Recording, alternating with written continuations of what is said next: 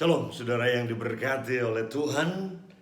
Pagi hari ini, mulai hari ini saya akan sampaikan 21 pesan Tuhan buat tahun 2021. 21 janji Tuhan, tapi juga 21 warning, perintah, teguran bagi kita di tahun 2021 yang akan membawa kita di tahun 2021 ini mencapai secara maksimal apa yang menjadi tujuan Tuhan dan rencana Tuhan buat tahun yang luar biasa di dekade yang luar biasa ini.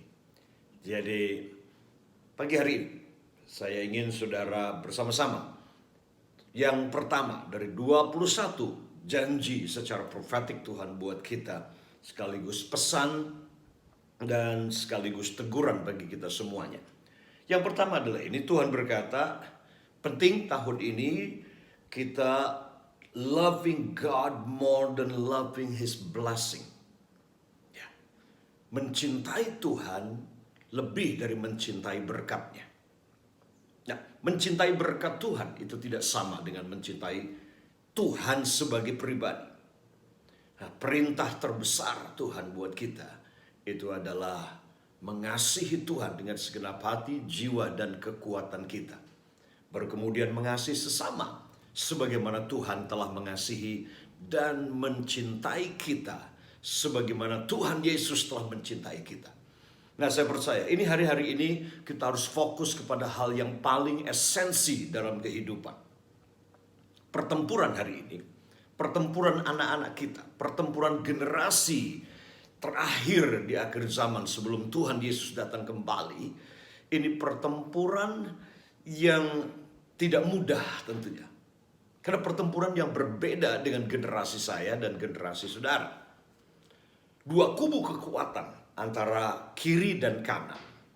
Di satu sisi, di sebelah kanan ini adalah kelompok radikal, ya, radikal agama, radikal suku, radikal nasionalisme, radikal ideologi. Yang kita bersyukur tentunya kalau di akhir tahun 2020 ini pemerintah membubarkan salah satu organisasi FPI yang adalah organisasi radikal yang tentunya bertentangan dengan NKRI. Ya. Tetapi jangan semangat dulu, jangan senang dulu, karena the most powerful thing on the earth is ideal. Ide itu adalah kata dasar dari ideologi, adalah ide. Sekelompok orang kumpul punya ide yang sama, muncullah sebuah ideologi. Dan itu yang terjadi dengan FPI, ya, yang lahir tahun 98. Lahir dari ide. Ide-ide pemimpin-pemimpin, ide-ide tokoh-tokoh garis keras di bangsa ini. Dan muncullah sebuah ideologi kemudian. Muncullah FPI kemudian. Ya, menjadi organisasi radikal yang menebar banyak intoleransi dan bahkan menyerang, mengancam, membubarkan, mengintimidasi, ya. Dan bersyukur akhir tahun ini dibubarkan organisasi ini. Tapi jangan senang dulu seperti saya katakan, karena mungkin organisasinya sudah mati, tetapi dia akan bangkit dengan nama yang baru, dengan ideologi yang sama.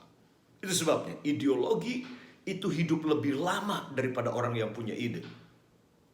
Pemimpinnya, orang yang punya idenya mungkin dipenjara, tapi ideologinya tidak bisa dipenjara. Nah, ini akan terus berlanjut. Ini akan terus berlanjut. Sampai Yesus datang kembali, ini akan terus terjadi. Ya, tapi di sisi satu, di sebelah kiri, ini adalah paham liberalisme yang mendorong manusia untuk menjadi semakin sekuler, fokus kepada material. Ujung-ujungnya adalah kepada tidak puas dengan materi, lari kepada modernisme, lari kepada liberalisme, sekulerisme, bahkan okultisme, dan ujung-ujungnya kepada komunisme dan ateisme. Nah, ini pertempuran dua kubu ini antara kanan dengan kiri hari-hari ini.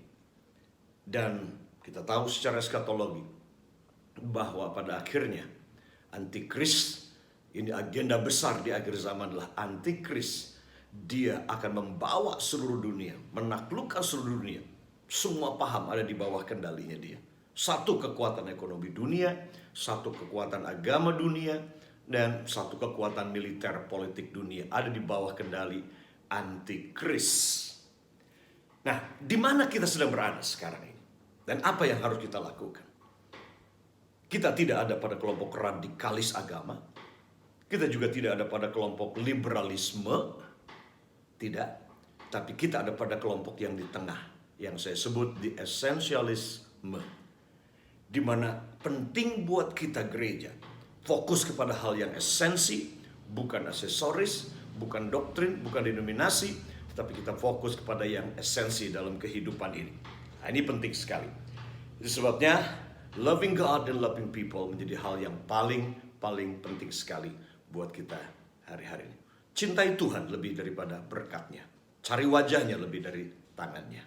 Tuhan Yesus memberkati saudara.